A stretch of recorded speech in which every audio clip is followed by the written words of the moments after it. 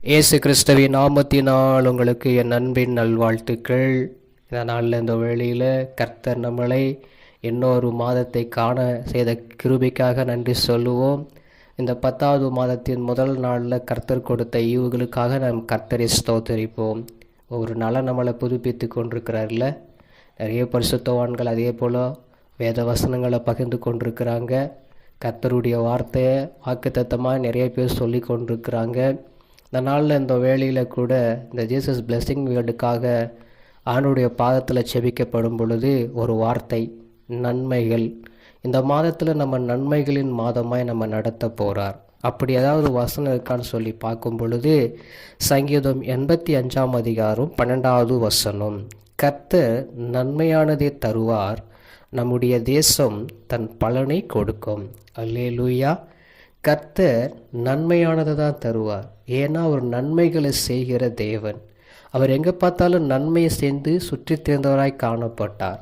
அவருடைய பெயரை வச்சு யாருமே என்ன பண்ணல, தவறானதுக்கு பயன்படுத்தலை, தவறானதை செயல்படுத்தலை. அவருடைய பெயரை வச்சு எந்த மந்திரமோ எந்த தந்திரமோ அங்கே செய்யப்படவில்லை. கர்த்தருடைய நாமத்தில் நன்மை தான் நம்ம பெற்றுக்கொள்ளணும். அவசரம் தீமையை அவர் செய்ய விரும்ப மாட்டார்.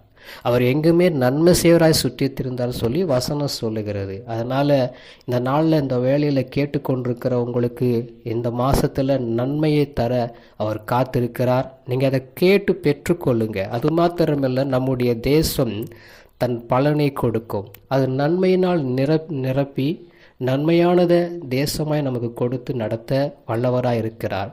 நம்ம தேசத்துக்காக ஜெபம் பண்ணும் பொழுது அந்த தேசம் முழுவதும் நன்மை அடைந்தாக்கா நம்ம இருக்கிற இடமும் நமக்கு நன்மையை கொடுக்க விரும்புகிறார். நம்ம தேசம் முதல்ல நன்மை பெற வேண்டும். அது தன்னுடைய பலனை கொடுக்கும் சொல்லி வசனம் சொல்லுகிறது. நன்மைகளின் நாயகன் நம்மோடு கூட இருந்து நம்முடைய வாழ்க்கையில் இந்த மாதத்தில் அவர் நன்மை செய்வதை நீங்கள் பார்க்க போகிறீங்க. உங்கள் கண்களால் அதை நடக்க போகுது. நீங்கள் விசுவாசிங்க. இது ஆண்டவருடைய வார்த்தையை நீங்கள் பிடித்து செபிக்கப்படும் பொழுது அற்புதங்களையும் அதிசயங்களையும் காண்பதை நீங்கள் நிச்சயமாக அறிவீர்கள். பேசுகிற என்னை நீங்கள் பார்க்க தேவையில்லை. கர்த்தருடைய வார்த்தையை நீங்கள் விசுவாசித்து பிடித்து செபம் பண்ணி பாருங்க.